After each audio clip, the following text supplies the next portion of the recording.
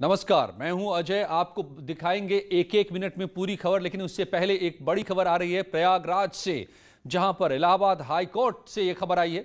अब्दुल्ला आजम का निर्वाचन रद्द होने का से जुड़ा मामला है। अब्दुल्ला आजम जो कि आजम खां के बेटे हैं, रामपुर की स्वान सीट पर उनके की विधायकी रद्द हो गई थी, तो अब इलाहाबाद हाईकोर्ट ने कहा है कि इस पर जल्द से जल्द चुनाव कराया जाए, फौरन चुनाव प्रक्रिया शुरू कर दी जाए।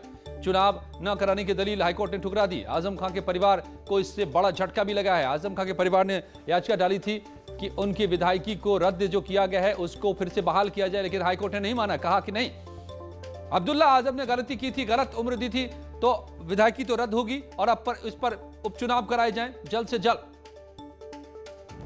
एक और झटका बैक टू बैक। कल बड़ा झटका था, जौहर यूनिवर्सिटी की याचिका खारिज कर दी गई और आज बड़ा झटका कि साफ कह दिया गया कि नहीं, चुनाव दोबारा कराया जाएगा। एमएलए नहीं रहे आजम के बेटे अब्दुल्ला आजम, उनकी विधायकी रद्द। तो ये बड़ी खबर है और बड़ा झटका है फिर से एक बार आजम खां के बेटे अब्दुल्ला आजम और आजम खां दोनों के लिए। रामपुर की स्वान सीट पर अब फिर से उपचुनाव होगा, यह आदेश हाईकोर्ट ने दे दिया है। आपको बताएं कि इस वक्त जो उपचुनाव हो रहे हैं 8 सीटों पर होने थे, आठवीं सीट यही है।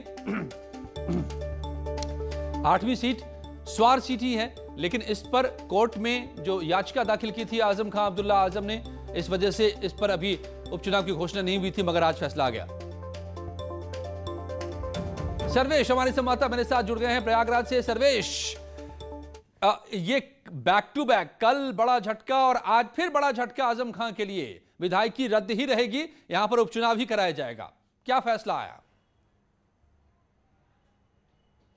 जी, निश्चित तौर पर यह बड़ा सेटबैक है आजम खां के लिए। लगातार दूसरे दिन हाई कोर्ट से एक बुरी खबर है, क्योंकि जिस तरह से कल ट्रस्ट के मामले में जो जमीन उन्होंने अवैध रूप से कब्जाई थी, उस मामले में राजस्व परिषद के आदेश पर हस्तक्षेप करने से कोर्ट ने इनकार कर दिया था। और आज जो बड़ा फैसला आया है वो स्वार सीट से जो अब्दुल्ला आजम की विधायकी रद्द हो गई थी, निर्वाचन रद्द हो गया था, उस मामले में कोर्ट ने अब जल्द चुनाव कराने का आदेश पारित कर दिया है। इससे एक हफ्ते के अंदर कोर्ट ने कहा है कि चुनाव प्रक्रिया शुरू की जाए। यूपी में 8 सीटों पर उपचुनाव हो रहे हैं, लेकिन स्वार सीट को छोड़ दिया गया था, क्योंकि सुप्रीम कोर्ट में अब्दुल्ला आजम की जो अर्जी थी वो पेंडिंग थी। इस आधार पर इलेक्शन कमीशन ने कहा था कि चुनाव फिलहाल नहीं कराए जा सकते हैं।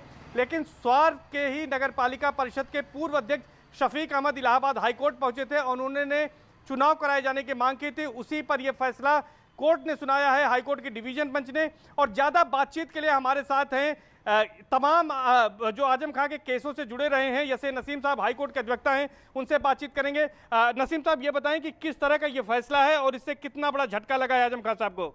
देखिए, ये फैसला जो है ये आजम खां को मैं नहीं समझता कोई झटका लगा है, क्योंकि इसमें स्वार सीट पर जो कि आजम खां के बेटे अब्दुल्ला आजम खान इसमें विधायक हुए थे 2017 में।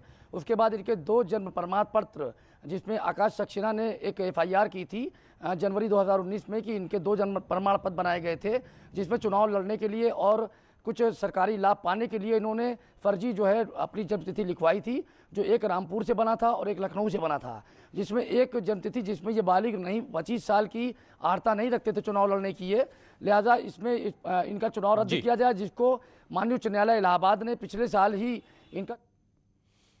तो माननीय उच्च न्यायालय ने भी इस पर मुहर लगा दी है, चुनाव को रद्द कर दिया गया है और अब फिर से